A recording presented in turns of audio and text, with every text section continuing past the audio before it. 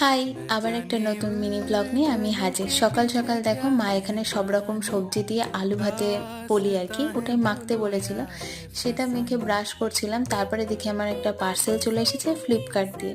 তো আমি এটা অর্ডার দিয়েছিলাম, চলে এসেছে। তারপরে সকালে ভাত খেয়ে নিয়েছিলাম। ভাবি তোমাদের সাথে ডেলি মিনি ব্লগ শেয়ার করব, বাট অর্ধেক টাইম তো আমি শরীর খারাপের জন্যে ডিপ্রেশনেই থাকি, তো আর শেয়ার করা হয় না। তারপরে বাড়ির কাজ করে পড়তে গেছিলাম, পড়ে এসে দেখি নাইকা থেকে একটা পার্সেল চলে এসেছে।